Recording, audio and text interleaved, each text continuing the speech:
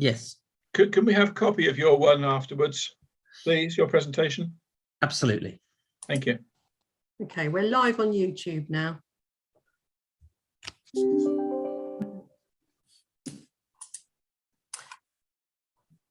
Good evening and welcome to the meeting of the Folkestone and Hythe District and Parish Councils Joint Committee. Please note this meeting is being streamed live to the internet. Please could all members ensure their microphone is set to mute unless they are speaking to reduce any background noise.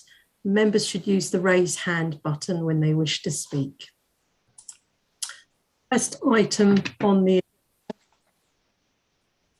is appointment of chairman. I propose Frank Hobbs. Thank you.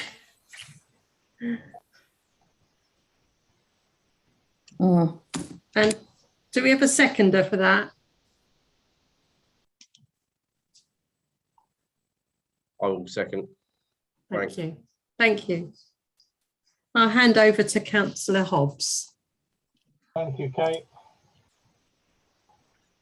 Are there any apologies for where we have? I know we've got one, yes. Yes, apologies this evening from Councillor Thomas, and we have Councillor Coe as his substitute. Thank you. Nothing from the other two. No, nothing else. Declarations of interest. Have any members got any interest? They fall under the categories that they're supposed to declare.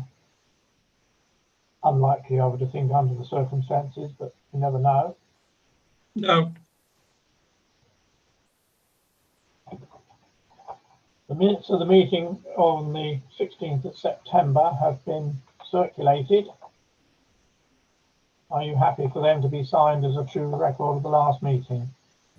I abstained because I wasn't present. Agreed. Yeah, agree with me, yeah. Thank you. Abstain, I wasn't present.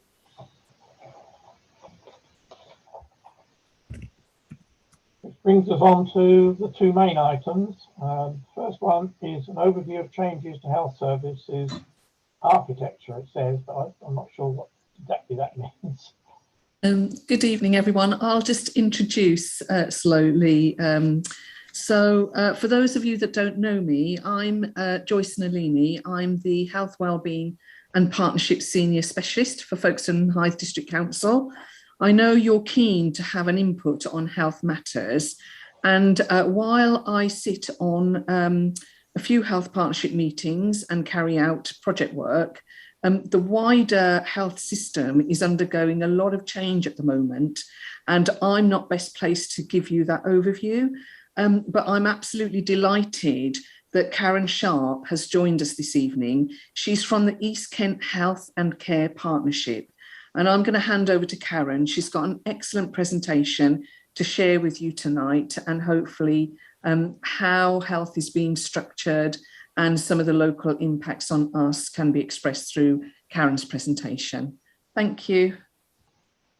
Thank you. Good evening, Karen. Good evening, Chair.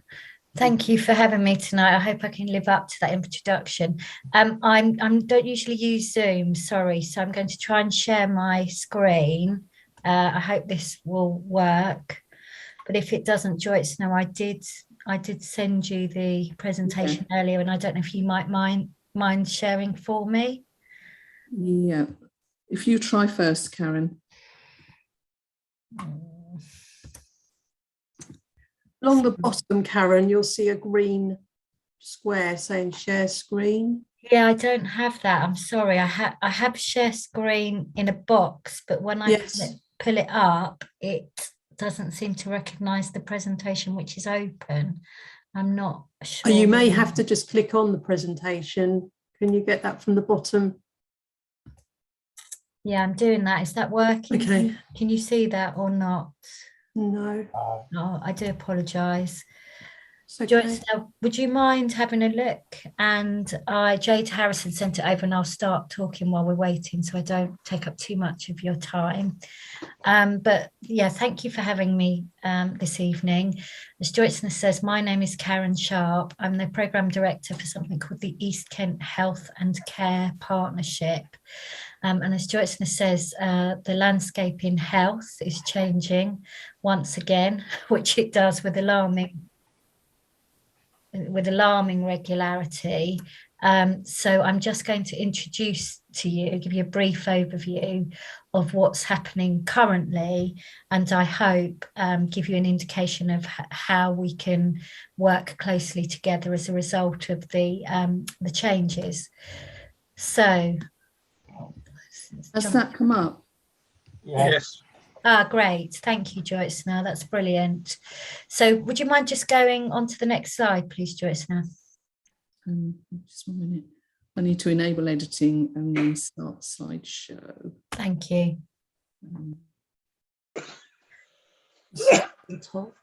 Bless you. Thank you very much, Joyce. Now, so I think many of you in the room will be very aware that currently the government is going through the Health and Care Bill process to establish a legislative framework, and the new legislative framework for health and care. And the sort of principle of the new arrangements is to move towards collaboration rather than competition. So I think you will know very well that at the moment, the NHS itself is made up of a whole range of different organisations. There are all sorts of different structures to those organisations. And it's recognised that through that structure, there's actually been many ways in which organisations have been either required to or have competed rather than collaborated. And the purpose of the new Health and Care Bill is to bring together health services, so to build collaboration within the NHS, but also to recognise that actually health is impacted by healthcare services. Only about 30%. It's actually what we call the wider determinants that are really significant in terms of supporting people to be as healthy as they can. And that is why there is a recognition now that that health is about much more than NHS services. It's about all of the structure that exists to support people's health. Next slide, please, Joyce. Now. So this, I hope, gives you a reasonably simple diagram of what the integrated care system will look like, providing the bill becomes an act, which is fully expected to, but what the integrated care system will look like from April. So there's 42 integrated care systems across the country. The local integrated care system covers Kent and Medway, and all integrated care systems have to have those two boards that are at the top there. So they have to have something called an integrated care board, and they have to have something called an integrated care partnership. The integrated care board will pick up NHS funding arrangements, which are currently routed through something called clinical commissioning groups. But think of that as an NHS integrated care board. And then the integrated care partnership will bring together a much wider collection of partners, all of whom have a role to play in improving people's health. So clearly that is where district councils, Kent County Council, the voluntary sector, all of those organisations that have a role in improving people's health will come together. And the idea is that what the integrated care system will do is have a strategy which pulls together what is going on within the NHS with what is going on in that much wider network. And it will have a strategy based on the needs of its population that brings those two things together. Now, there's a lot of integrated care systems that are much smaller than Kent and Medway. And so what has been agreed in Kent and Medway is, in recognition of just what a huge area that is, that we will have some place-based arrangements. And in Kent and Medway, there are 4 place-based arrangements. So those are that middle box. There's one for Dartford, Gravesham and Swanley. There's one for West Kent. There's one for Medway and Swell, and there's one for East Kent. East Kent is by far the biggest. It's got a population of about 720,000. The next nearest is West Kent, which is about 450,000.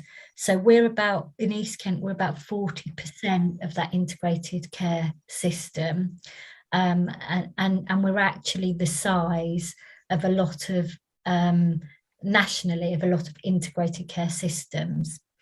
And then underneath that, there is what is called primary care networks. And in Kent and Medway, there's 42 of those.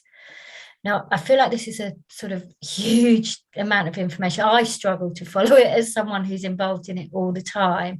So I won't say too much more. I'll just pick out a couple of the slides, if that's okay, Joyce, that I hope will sort of show sort of where we might really develop relationships more locally. So if you just move on, Joyce, I think move on from that. So yeah, just a little bit, sorry, just go back. Yeah, just a little bit about the East Kent arrangement. So we are made up of 17 primary care networks, so 72 lower level networks. And that in East Kent covers 69 GP practices. We also comprise, as you would expect, the local hospital trust. So as you all know, East Kent Hospital Trust has 5 hospitals, but the big ones, William Harvey, Kent and Canterbury, and QEQM. We've got the Mental Health Trust and the Community Trust. We've got Kent County Council. And in East Kent, we are really, really lucky that we're slightly ahead of some of the other arrangements here, but we have got Maddie Homer from Thanet District Council, who sits on our board to represent the district councils and to make sure that we have a very strong district council voice in our arrangements. We also have Healthwatch and the voluntary sector have joined us most recently. So I hope you can start to see that although this is this comes from the health architecture changing, there is a focus on bringing in much wider partners. Next slide, please, Joyce.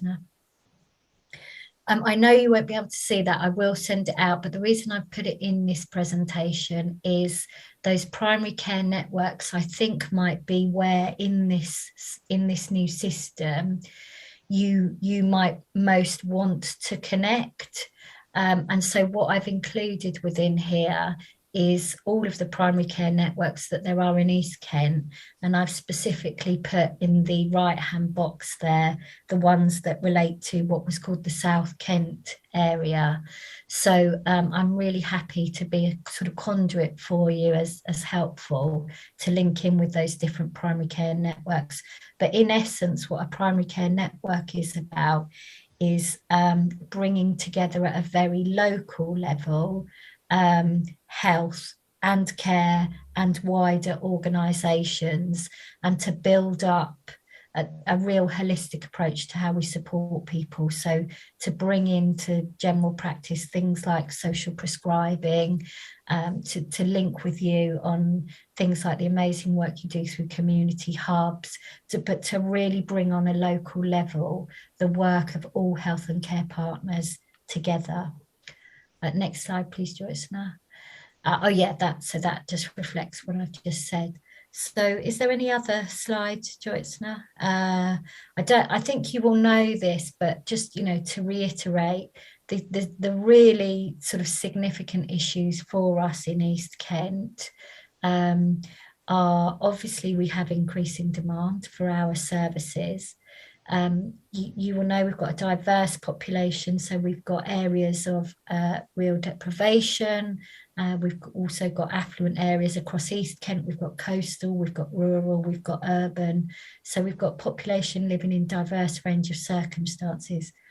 The forecasts for our ageing population are quite breathtaking, particularly the projected forecasts for the over 85-year-olds. And we've got we've got a much faster growing population of both over 65 and over 85-year-olds, which is partly because of our coastline, which tends to have an older population. I cannot stress enough, and I'm sure you read about it all the time, the workforce challenges that we face, both in health, but very particularly at the moment in social care, and the way in which the lack of social care is blocking up the whole system, because it's impacting how we can discharge people from hospital back into their home with appropriate support. So there's a huge amount of workforce issues, and we really want to work closely with our partners to think through how creatively we might start to think differently about the workforce. Next slide, please, Jyotsna. I won't go through that one, you know all of that, but I will send out these slides. I just want to make a point about coastal communities, and you know, you will know this very well, but as an East Kent partnership, we really want to recognise the challenges and the opportunities that come with coastal communities.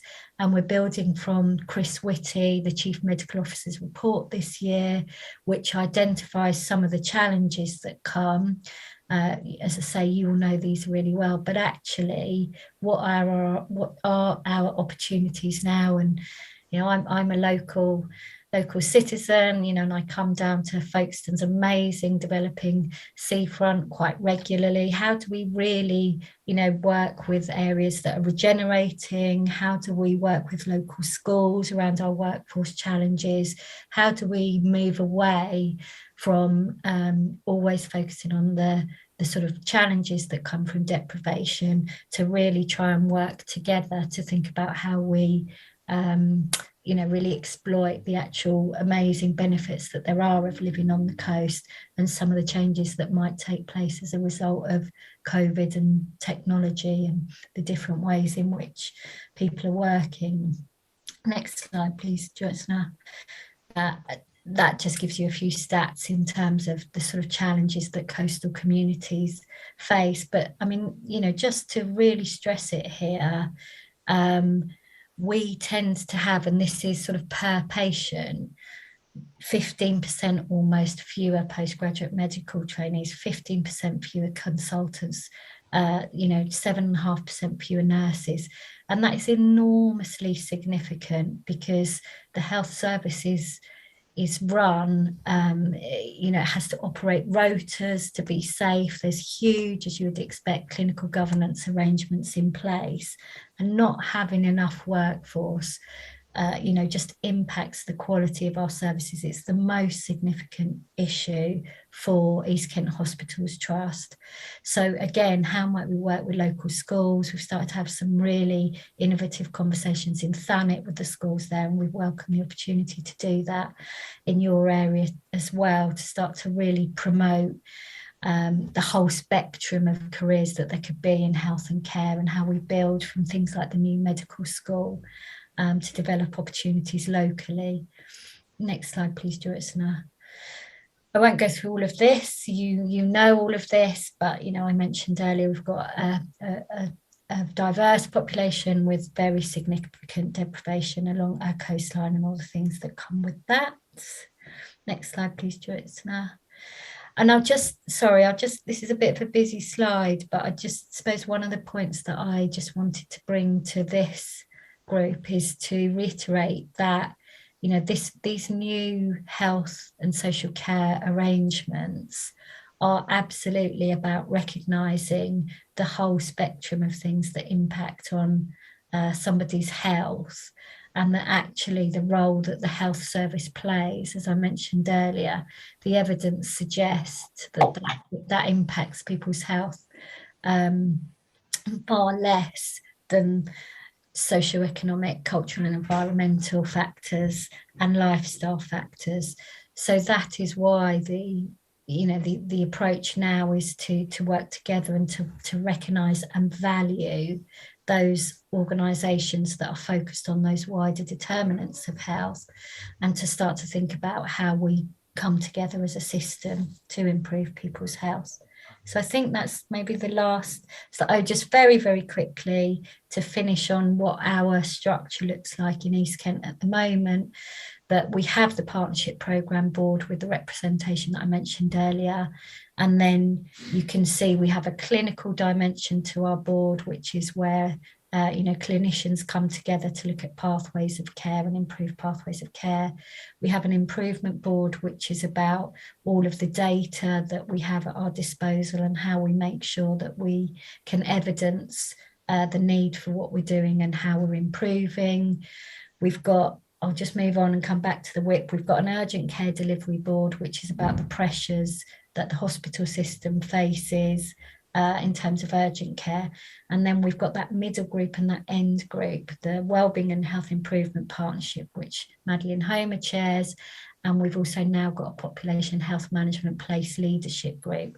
And those two groups are where we are really focused on bringing that much wider partnership together, as I say, to focus on, how we think about the wider determinants of health as well. So I hope that gives you a flavour. I'm sorry to sort of come up with so much information. There are things in the pack which can give you a bit more detail in terms of the primary care networks, the sort of population sizes, and I've put some contacts in there as well, just as hopefully a sort of reference point for going forwards. But I hope that gives you a bit of a sense of how the architecture is changing, and we're right at the start of this journey. So absolutely, it is not the case that we're anywhere near where we want the infrastructure to be, and we don't have anywhere near the engagement that we want to have. But that's because these arrangements are literally, still going through the legislative process at the moment. And really the start point is April, and we will move forwards from there. Thank you, Thanks Karen. so much, Karen. Any Excellent. questions? Yeah, Martin, you've got your hand up.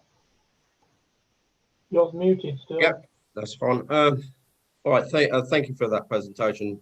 Excellent. Just a couple of questions on employment and staffing.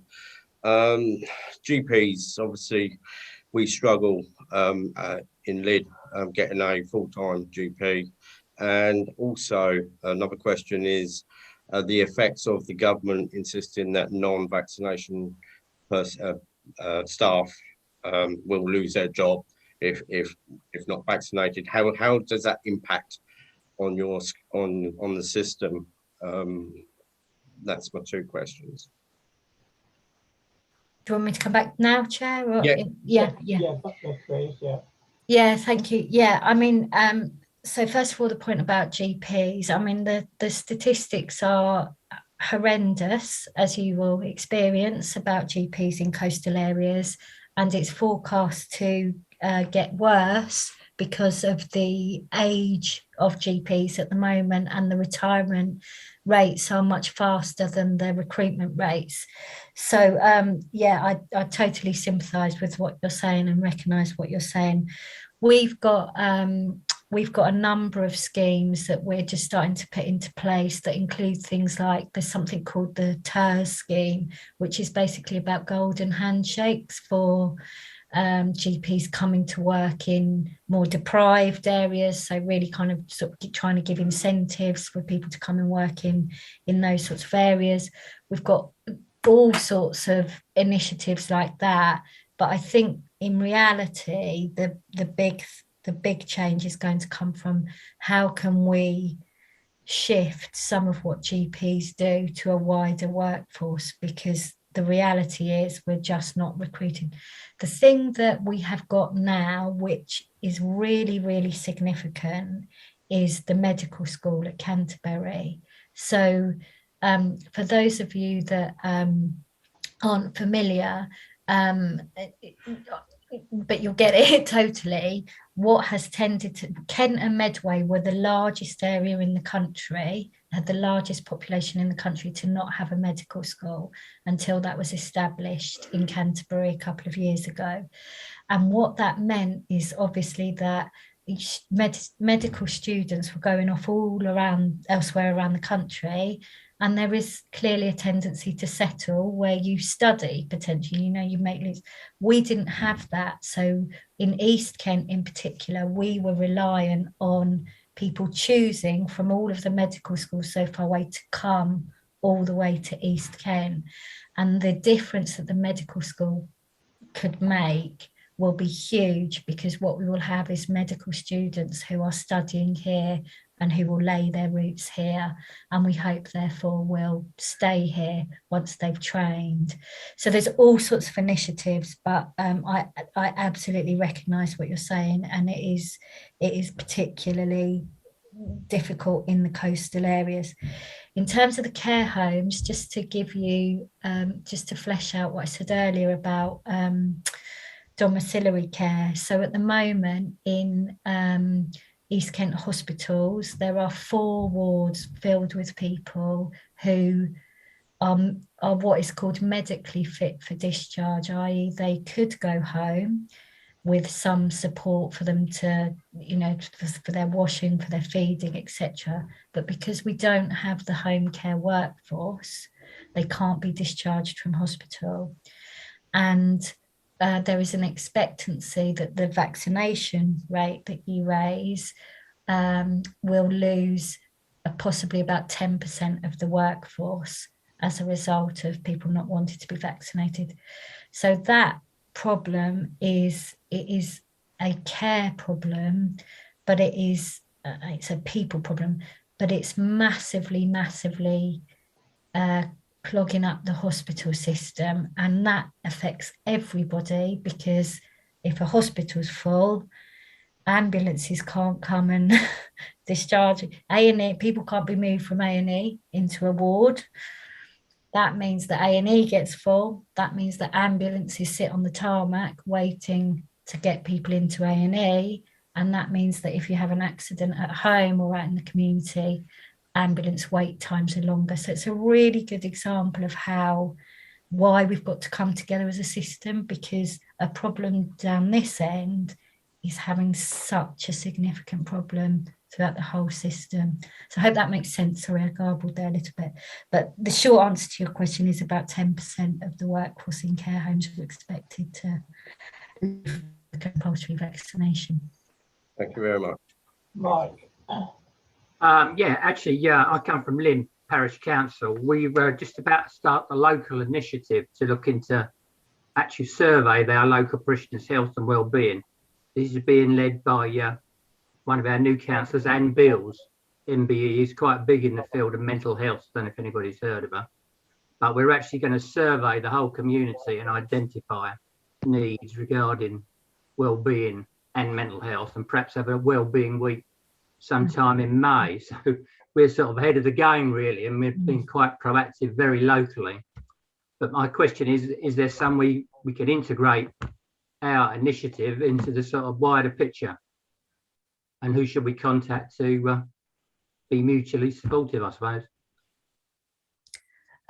Yeah, brilliant. And that's the best example of why what you do is, what you can do is so so significant locally. In terms of integrating, so the structure is, so Joitzner is really the representative that brings the links with what's going on locally up through the district, and then that goes into that wellbeing and health improvement partnership.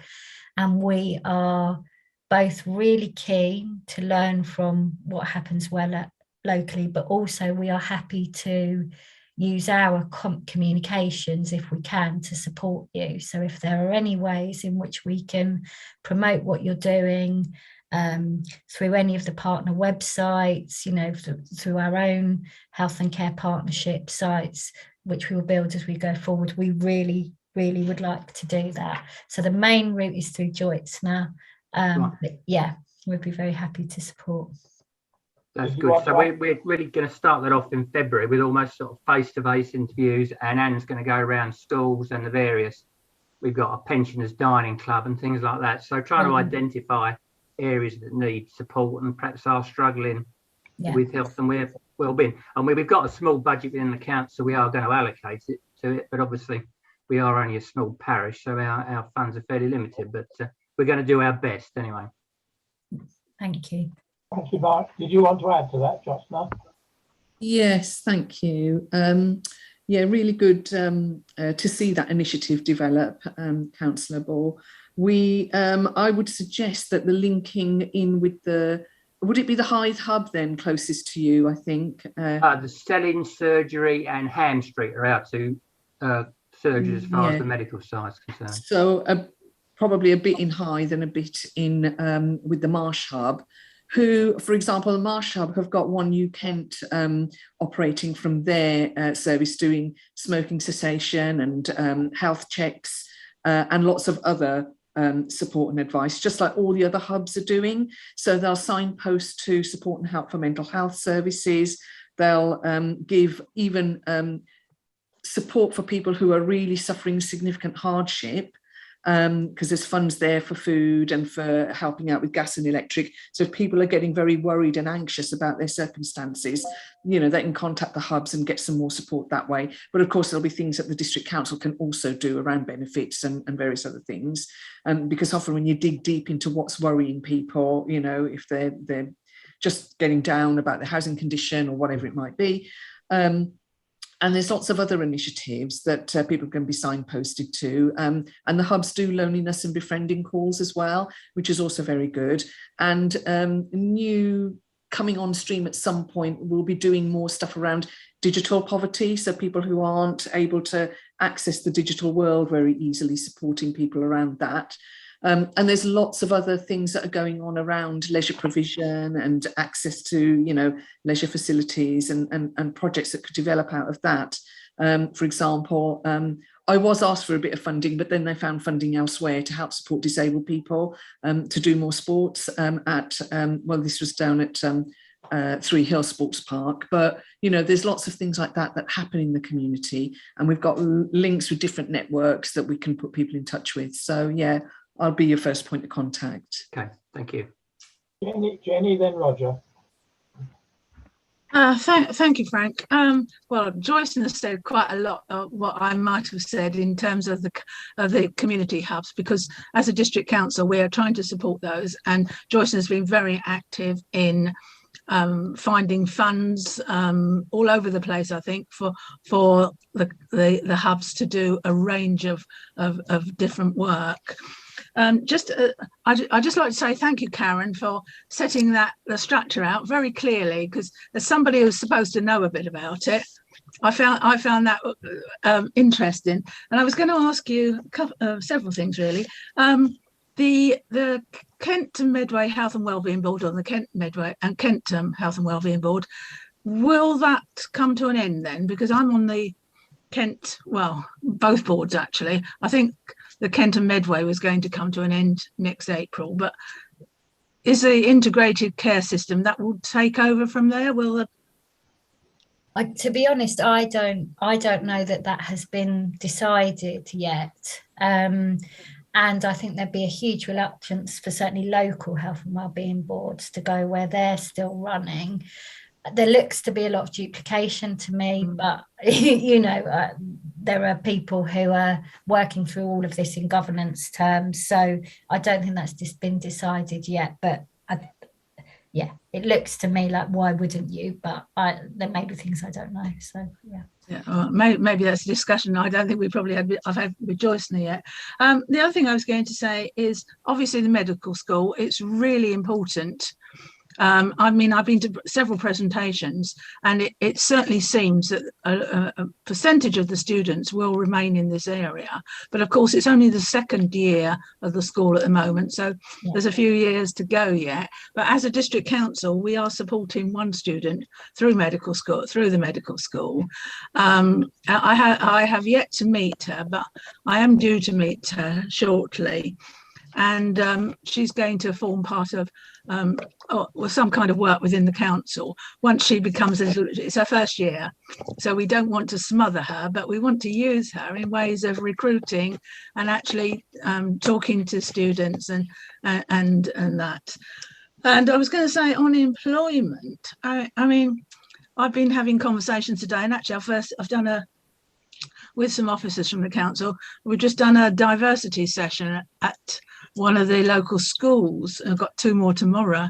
And we want, as a district council, we want to work closer with the schools and talk about careers and that. And maybe it's something we can do jointly. So on those 2 points, brilliant, and yes please. As I said, we've kicked off a bit of work with the Thanet schools, which we'd love to come out and replicate with you. I mean, one of the things is if your student would be willing, the reason I sort of really nodding away is we're making a video at the moment trying to attract people to come and work in East Kent, and we're using obviously people who work in the local system and just relaying their stories in the hope that they'll inspire and motivate others to come here. So I don't know if she would be welcome, but if she would, we would be absolutely delighted to have someone like that sort of describing their journey and what they're doing. In terms of working with the schools, as I say, yes, please. What we really want to do is have a whole offer that sets out, you know, all of the ways that you can come and work in health and care. So yes, obviously there's the medical end, and we clearly would want to promote that, but actually there are so many apprenticeships, there are so many routes into health and care, and as I say, the hospital and the care system and the community, they are absolutely crying out for young people to feel like health and care is a good career, that whatever your entry point is, you'll have a real career there, there'll be a path. So even if perhaps you went and worked as a healthcare assistant, we can show how you might then go into nursing here and move about to physio here. So we're developing all sorts of case studies that show that movement, and we want to be able to appeal to every student, to the grammar school students, and you know, to those students who might be thinking about a career in medicine, but you know, but the whole spectrum, to those students that maybe haven't got a clear career path and might be going in more entry level, but we will show how they can build a career. And that, I think, is one of the key ways we're going to sort out our workforce problem. The other thing we need to do is attract more men, because we have we have a very you know, female dominated workforce in some areas, and what we really want to do is to promote to men that a career in care and in nursing is something, you know, something that they're very welcomed in, and recognise their value and their skills and what they can bring as well. So we're going to do some targeting of young men to really try and attract them into health and care. And sorry, if I may just come back, Frank, it's just, I've also been trying to promote the fact that we've got a new garden town, so they're coming about, so there will be it will be a place for people wanting to come. There will be state-of-the-art medical facilities as that town progresses, and we're also looking and hoping that we can do perhaps something in the way of key worker housing. Roger. Yeah, thanks, Frank. Am I on? Yes, I am. You are. Yeah, thank you. Karen, sorry, I missed the very opening of your talk this evening, but my goodness, you pick it up very quickly what the problem is, even by the end of it. And I can see how critical this all is. The reason I was late, and Three Hills was mentioned in passing, was I've just come from a Rotary-sponsored thank you to all the volunteers who've been helping at the COVID centres. And what interests me is how the volunteer sector can help here. And whether there's any way that we should be having this conversation with things like Rotary clubs. I will talk to our Speaker Secretary, and please, if you're able to, please come and talk to us.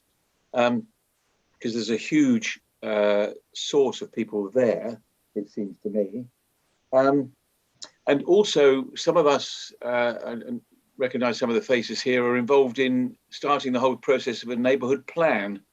And I was very interested in what Mike said, what they're doing in, is it Lyd you're from, Mike? What Lyd are doing. We have a hub, we have the Age Concern Hub or Age UK Hub in Lyminge. Whether there's some way that we could incorporate into the work that we'll be doing, the evidence base we'll be gathering for the neighbourhood plan, obviously the health and welfare of the population. I've been thinking that we need to get a sort of a portrait of the demographics and the occupations and all that kind of thing. But what has not been mentioned is the general health of the people within our parishes. And I think that would be extremely useful. So perhaps if we can get a template from Lyd, we can build that into what we're doing. Lym. Sorry, you're Lym. Oh, you're even closer. Yeah. Right, you're Lym. Excellent. Well, you're part of that. I think you might be part of that group. I'm not sure. So we could perhaps build that in so we can feed back to you some idea of the profile of the health of the people within our parishes. Yeah. And another question I wanted to ask, you showed all those massive how the trusts work and which surgeries are part of the trust. Are you able to tell us how the amalgamation, I think, of two of the surgeries is likely to impact on this creation of a super duper health centre in the Folker building? Is that, how far is that progressing, and how? That isn't something that isn't something I'm involved in personally, but in the slides that I'm happy to send around to you, Joyce perhaps can. They've got the key contacts in there of the people that will be involved in those practice developments. So please do use that as a reference. And if you need contact details, I think I've put them in there. But if you don't have any joy, by all means, come to me, and I'll push it. But yeah, I'm not personally involved in that. It's also very interesting what you said about having set up the medical school. I will have a chat with this family, because there's a lad from the Harvey who I know reasonably well. He's just started his medical training. He's gone to Manchester.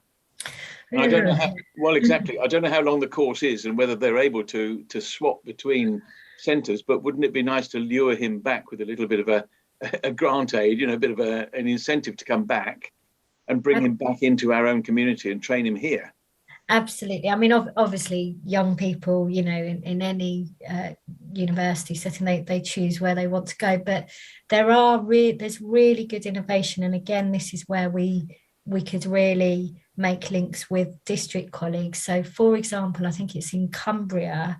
They have the medical. One of the things the medical school has done has branded itself as a sort of walking, come here if you love walking, because of its location. And apparently they've attracted lots of young people that are interested in hiking. And this branding has really appealed to a certain cohort of young people. So there's something about, in East Kent, how do we support the medical school with this incredible diversity that we've got, and the places that are regenerating, like Folkestone, etc. But all the diversity that there is across East Kent. How do we really promote for the medical school what an amazing place this is to come and study and to come and base yourself? And we've just made this video that I'll share with Joyce and she can send round, but we're really, really keen to get local examples into that more and more. But in Cumbria, what they've also done, which I think is fascinating, is they've worked with their local district council, where they've had relationships with local businesses. In particular, this is with estate agents and some of the housing developers, and they've actually offered medical students discounts on fees and also discounts on buying property there. So they've really, really invested in attracting people to come and settle in that area. And that's the kind of innovation we need. That's why we need to work with it, because that's the kind of innovation we need. That's the kind of competition we've got. But actually in East Kent, it isn't, as all of us who live here know, it isn't all gloom and doom. It's a beautiful place to live. You know, we've got a wonderful coastline, we've got beautiful countryside, we've got cathedral cities on our doors. You know, we've got this huge offer. We've got, you know, a good education system, etc., etc. And yes, we of course want to acknowledge the relationship between deprivation and health and the challenge that that brings. But we also really want to create a narrative that says, but this is a great place to live, and this is a great place to settle, and this is a great place to bring up your family, and all of those kinds of things. So that's what we're really starting to think through, is how do we get that balance right of acknowledging challenge, but also really promoting what's amazing. And district councillors have got so much, and Parish, you've got so much knowledge and so much intelligence and so much experience of doing that. And the health service doesn't have that kind of experience. You know your local communities, you're used to promoting your local communities, we're not. And so if we can work with you, you're going to have all of that local intelligence that we can kind of bring together and hopefully attract people to come and train and work here. Peter, then Terry. Thank you, Chairman. A little minor problem I can foresee coming down the line. At the moment in Folkestone and Hythe, we're very much a level playing field for attracting people round.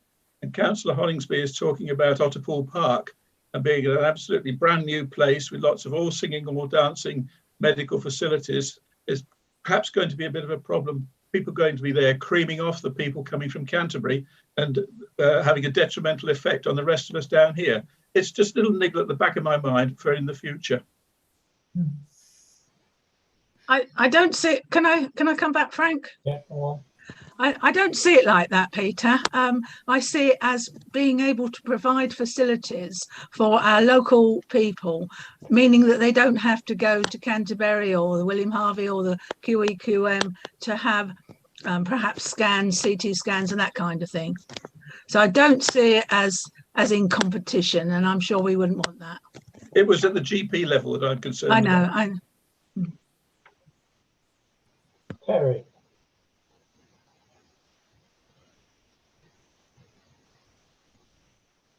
Are you with us, Terry?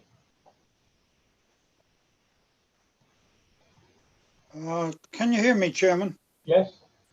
Right, let me just apologise first for missing the first part of the presentation. I was here, but my laptop blew up yesterday. I'm using for the first time the council Samsung tablet that I wasn't too sure about how to get Zoom on it. I got Zoom, but no sound. I couldn't figure out how to get the sound. I think I've got it now. Let's just come back a little bit on the presentation. Yes, being from the marsh, we know living on the marsh, there is a dire shortage of GPs and even a dire shortage of locums, with 3, or I keep losing track, 3, possibly 4 surgeries on the whole of the marsh, each manned by locums, as far as I can see. No possibility of getting an appointment. You can't even book an appointment now in advance. Just out of interest, it's an aside, my wife and I got invitations, obviously, to our flu jab. And for various reasons, I said, can I come 10 minutes early? And I got the answer, no. I said, well, can I book another day? No, because we're not booking yet so far in advance. Right, since then, we've had our jabs. But it's a very, very difficult job to get an appointment with a locum, forget the GP. And I can see that, no matter how we might like the marsh area and Folkestone on East Kent, it's not attractive for the average young GP coming down to the end of the world. It's just not attractive. You could almost say that the same for teachers. I mean, our Marsh Academy is full of young, very, very good teachers who have come there to, if you like, learn the trade. There are very few older teachers there, because once they've got everything under the belt, they run off to another decent school.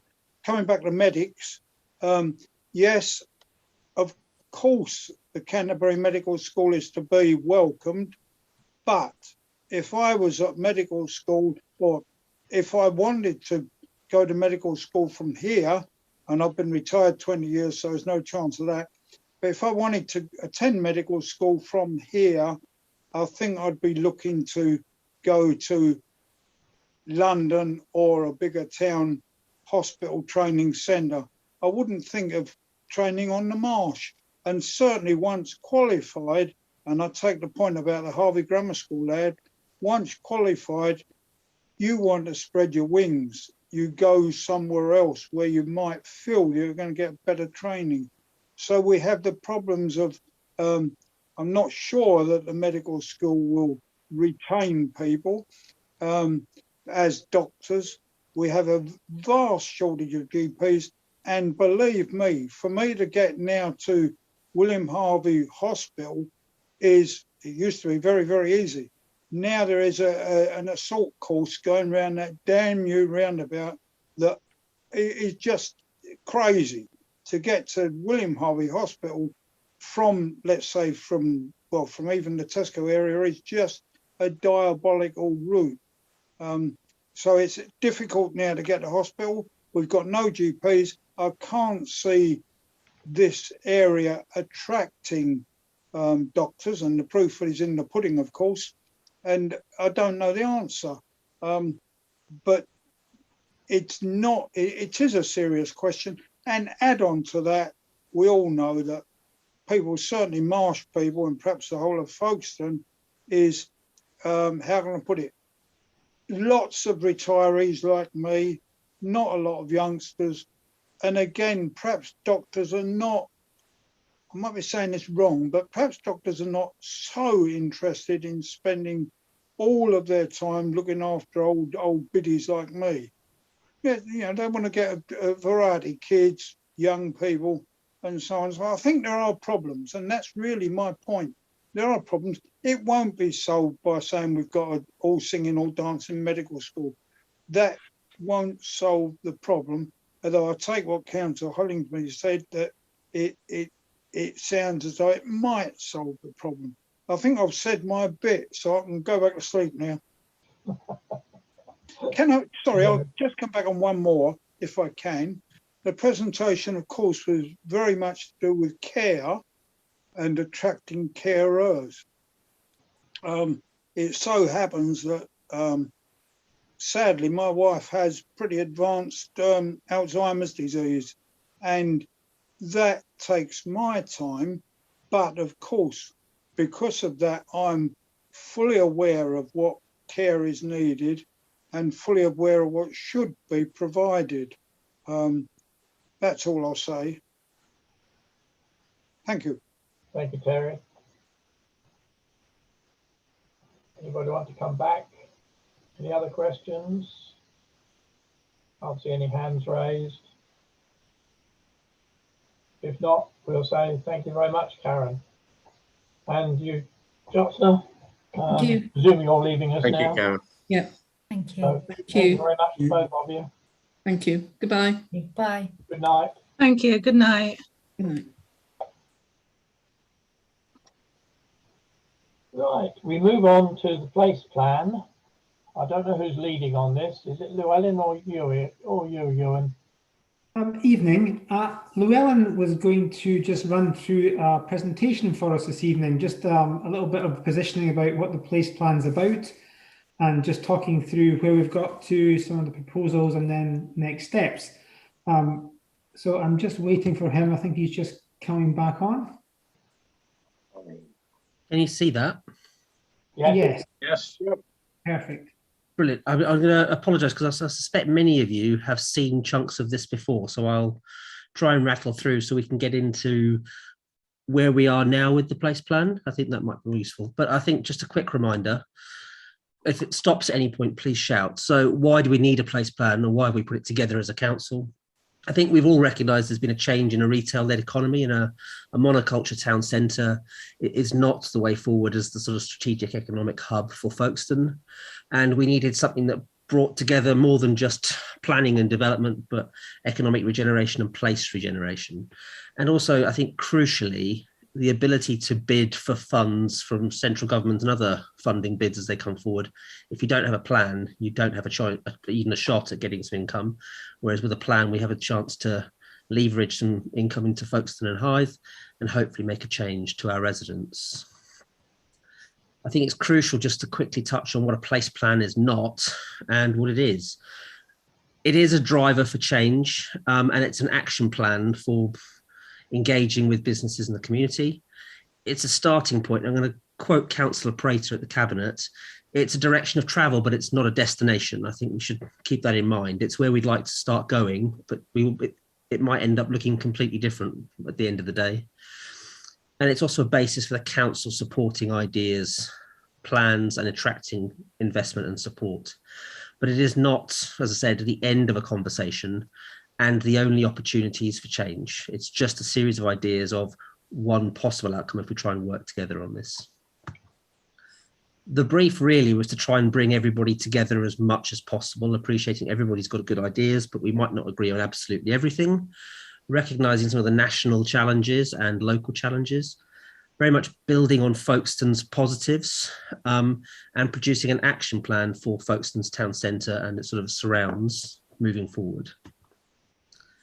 We've been over the brief with yourselves before, but really it's about really identifying a broader leisure offer for people to try and attract people into the town, get them spending more time. And I think picking up the points raised earlier by Terry is making sure we've got people spending time in Folkestone and being attracted to come in, which hopefully drives the ability to attract doctors, professionals, etc., to service our needs. And really to try and build on the sustainability objectives of the council and its climate emergency declaration. The place plan was supported by a lot of work that the team that we hired needed. So they carried out a full urban appraisal with a socio-economic appraisal, did a full analysis of all of the physical constraints the town already has, and very interestingly, where its levels of deprivation and what the challenges are. It was a very interesting read, but it was their document to help support sort of what needs to be fixed and what can we work with.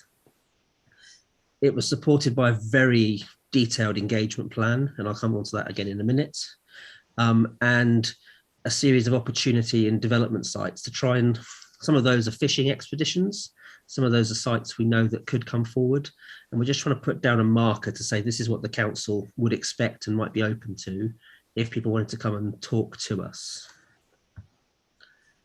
In terms of engagement, we did this during the beginning of the pandemic, so possibly not the best time to do it, but actually the team we hired were quite excited by that because it means they could try and find other ways of engaging with residents of Folkestone and its district.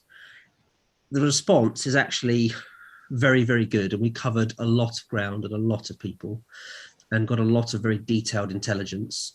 There's always more we can learn going forward, but actually given how we did this, we did very well. Lots of one-to-one interviews, webinars, posters in supermarkets, surveys. We engaged with the local schools to try and see what young people wanted from their town, and also businesses.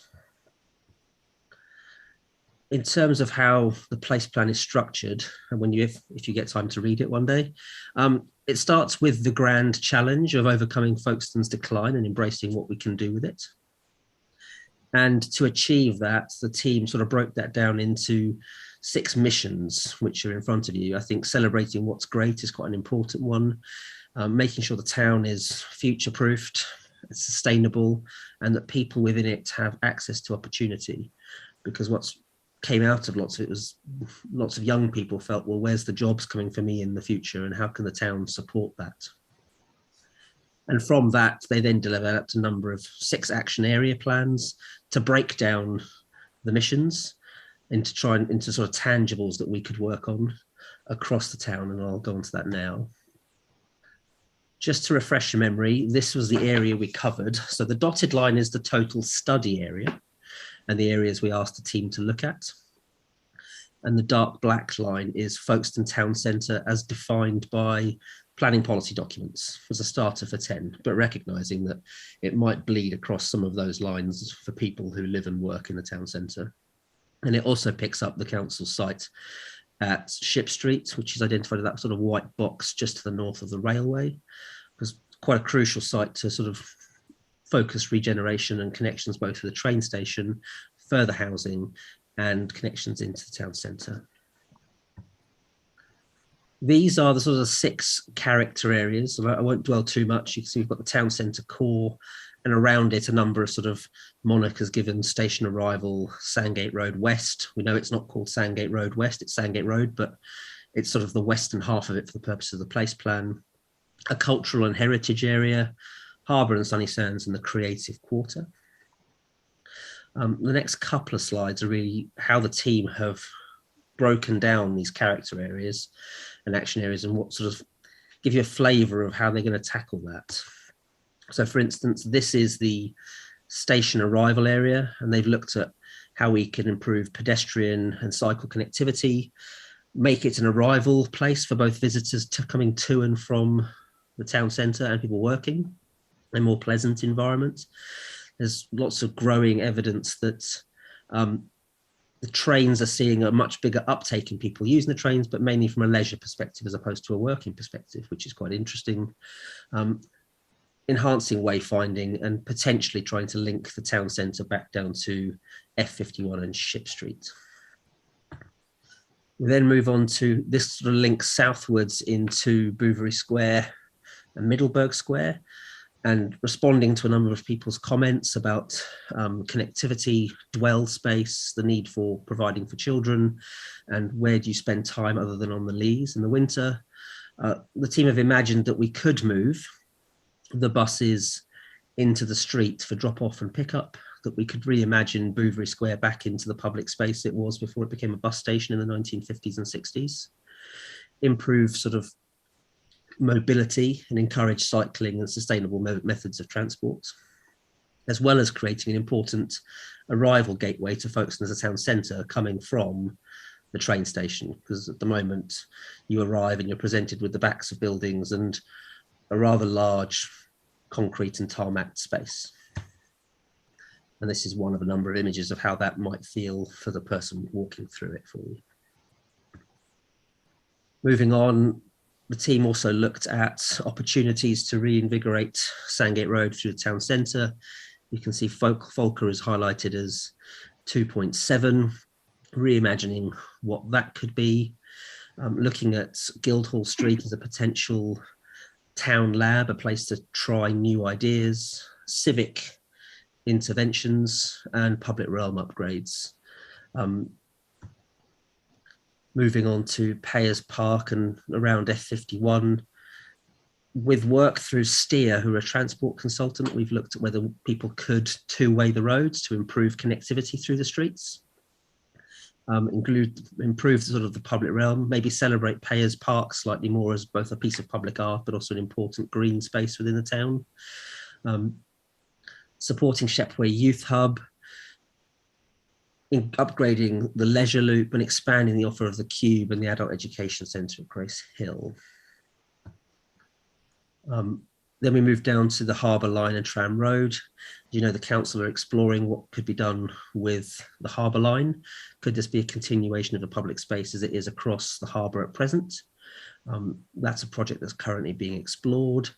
And then opportunities for improving the public realm around the existing Market Square and fountains, and making it more of a dwell space for people when they visit Folkestone, and whether we could utilise the space more efficiently.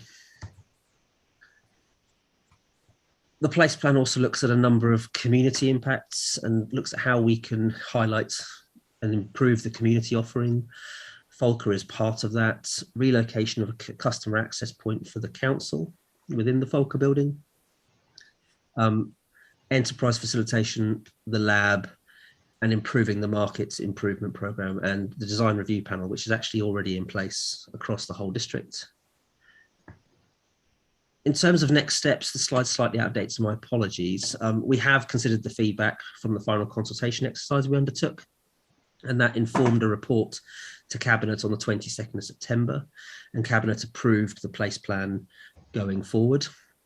The next steps are to engage in looking at early delivery of interventions, heritage signage and lighting, which actually has already started, working on what can happen with the Volker building, and some other bits of work. I think the next slide moves on to levelling up. I don't know if you want to cover levelling up, because you're more up to speed with that, but I can touch on that if you'd like.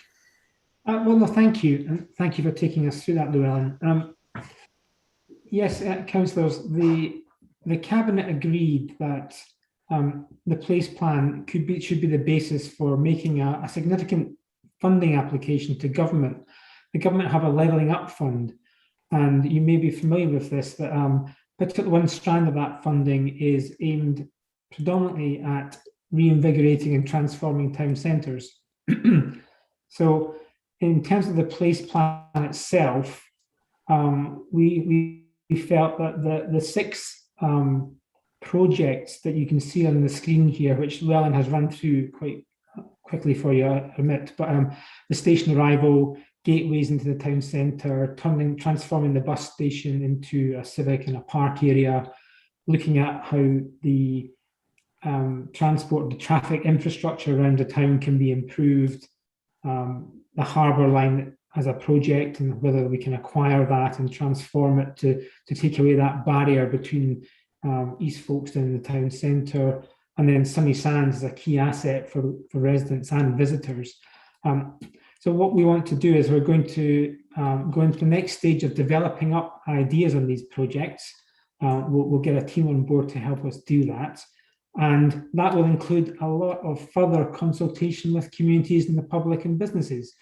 As we said before, that this is getting the place plan to a point of approval was a great milestone, but actually it's just the start of the next phase of work, and continuing that dialogue and engagement is the absolute commitment from the council as we move forward. So what we're hoping to do is work up a bid to government, probably by next June, of quite a significant level. I don't want to put figures against it necessarily, but we're looking at something that could be as much as £10 million of a bid, which would be good transformational investment into the town centre.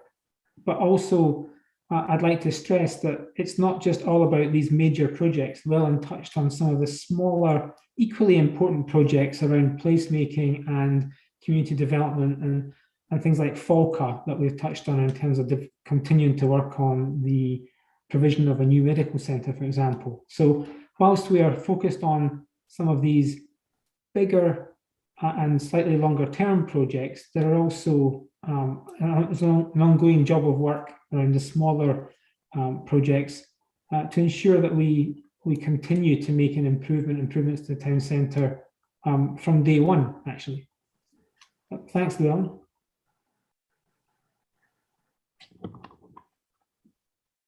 Do you want to move on to the next slide? I was hoping it's to move. My cursor has decided that we're not going anywhere now. Bear with me.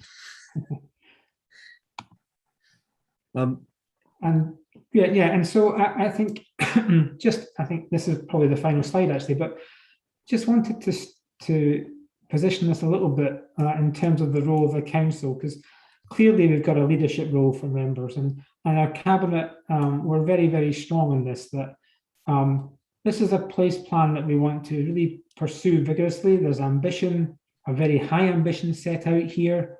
It's probably not all attainable, but we want to position Folkestone right at the front of being the best town we possibly can be, and the best town in the UK.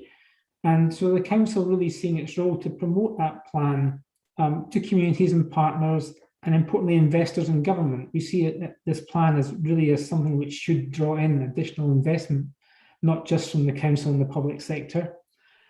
Yes, we have to lead a number of the actions, but importantly, we want to use the plan as a basis for supporting delivery of action by others. And that is in the public sector, the private sector, but also importantly across the community sector as well.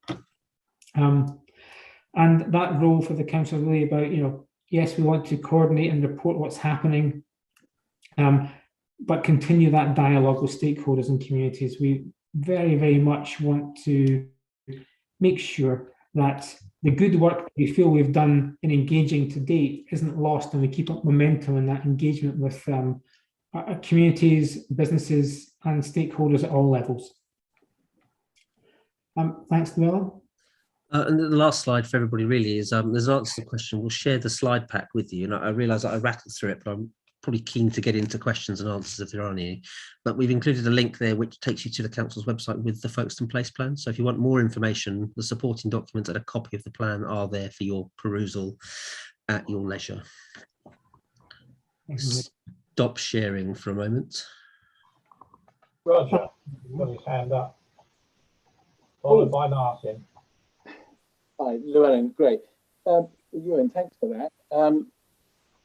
It would be really good to celebrate, because as I understand it, it may be sensitive information, but as I understand it, we've already achieved quite a lot of inward investment because of this plan, haven't we? Yes, well, that is starting to happen. There's a number of people who have come to us and said, actually, the plan shows us a way forward, and they're engaging with us both on bringing forward their own projects, which are supported in the plan, but also what I'm quite keen on, as you'll know, Roger, is there's a number of projects which maybe the initial applications weren't probably as high quality as they could be, but the plan has already started to drive the quality of planning applications up. A notable one is there's a forthcoming application, watch this space, for Queen's House in Folkestone, which is significantly improved. And I think the place plan has played a role in that. It's very good to celebrate those achievements, isn't it? And I think probably the one we talked about the other day at the Cheriton end of things. I know it's not town centre, but it seems to me it's a bit of a spin-off from it. People's hopes and aspirations for the town, I think, have been raised by the piece of work you've done. It may be criticised, and a lot of people have criticised it, and I'm glad to hear that you're saying it's just the beginning of the conversation, and there's going to be more talking to the communities. I mean, I'm sure you're aware, but there's a few community groups that it would be extremely useful to talk to, because at the moment they're slightly disenchanted by the whole thing. But I'm sure it can be turned around, because it's having effect already. It's achieving something already, isn't it? It's great. Thank you. I think that was always its point, is to try and sell. It's an element of the place plan is very much a marketing document for Folkestone, to try and get people excited by what we all live with on a daily basis. And I'm not sure that message is always getting out, and it does at least set at the beginning of a conversation. So I'm glad you view it such, because that was definitely its ambition. Martin. Good. Right, thank you. Thank you for that presentation. Yeah, it looks fantastic. You know, I was born in Folkestone, moved down to Lydd, and I can remember Folkestone back in the 70s, etc. So I do appreciate what you're doing.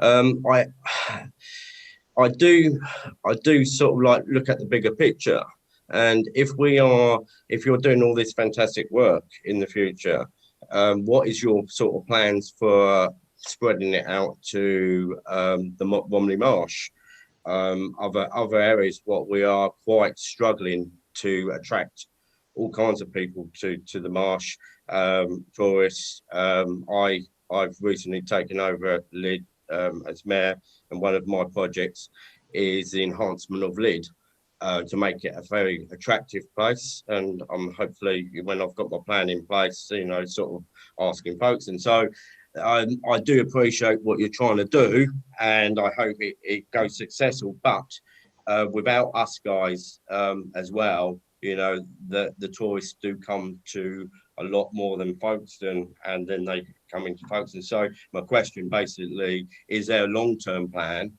for the Romney Marsh and surrounding areas to bring that up to your level?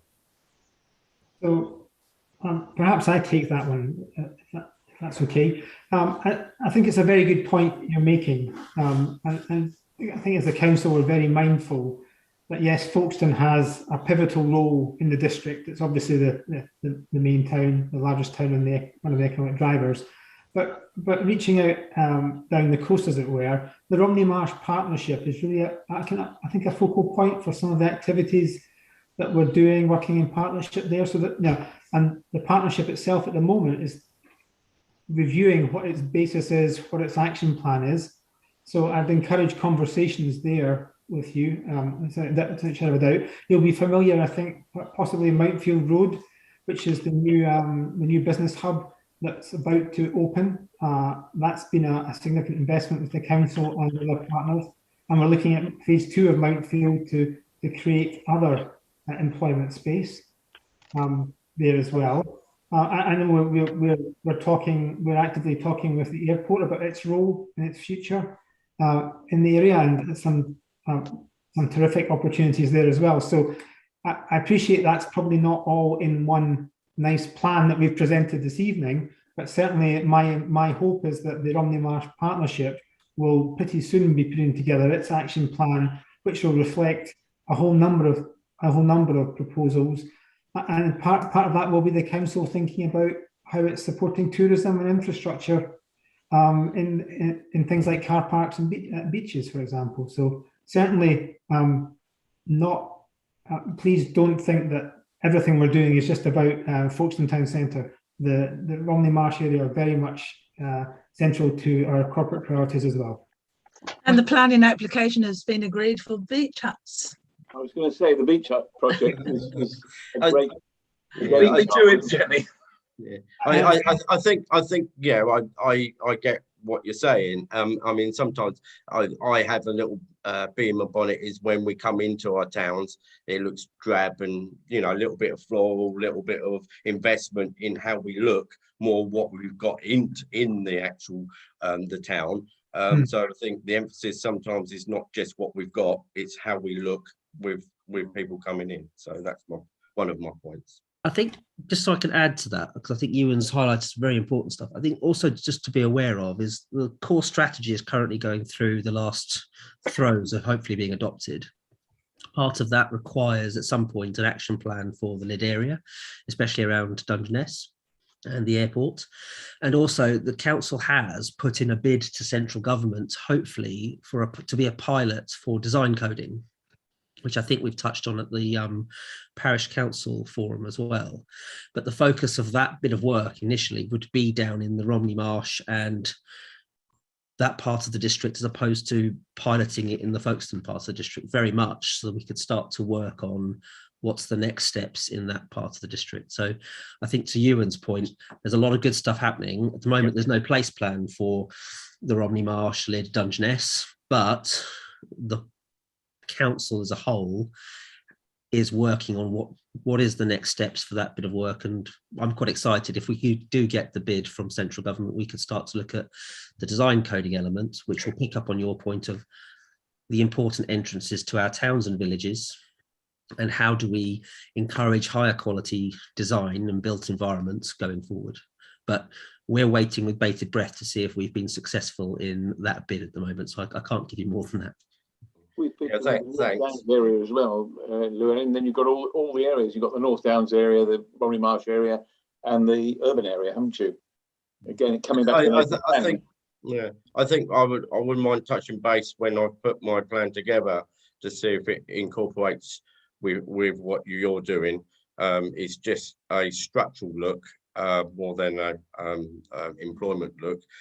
So yeah, in the future, hopefully I'll contact and we'll touch base if that's okay. Yeah, please do so. That'd be excellent. Thank you. Okay, thank you. Any other questions? Mike, you've got your hand up. Yeah, I was only to say I was quite impressed with the plan, but it's the dilemma we all face. I think we all have hopes, don't we? But it's finance and perception, isn't it? How the area is perceived and whether we've got the finance to encourage and improve the perception. So unfortunately, the document isn't necessarily the answer, but you can only do your best, can't you, really? So I suppose you've got to keep it real, haven't you, really? In that it can't always be a phantom idea. It's really got to be something on the ground that people can see. And the only way you can do that is to actually attract finance into the area, really. And then once finance is in the area, it spreads out to the whole area, really. So I suppose it's more sympathy rather than anything. Everybody's trying to do their best, but unfortunately, we don't always achieve a lot. But that doesn't mean we haven't tried. Absolutely. I think the plan was always about trying to attract, as well as trying to shape what we do have control over. It was about trying to say to people, there are opportunities in Folkestone. As Ewan said, we're going to make the Levelling Up Fund bid, and hopefully that's the beginning of that. And hopefully it does become a catalyst for stuff. But yes, unfortunately, some of these plans may never reach fruition, but at least we, as you say, have started a conversation on it. And as you said earlier on, Llewellyn, without the plan, you don't stand a chance of even making the bid. Yeah. So it's an essential starting point. Great.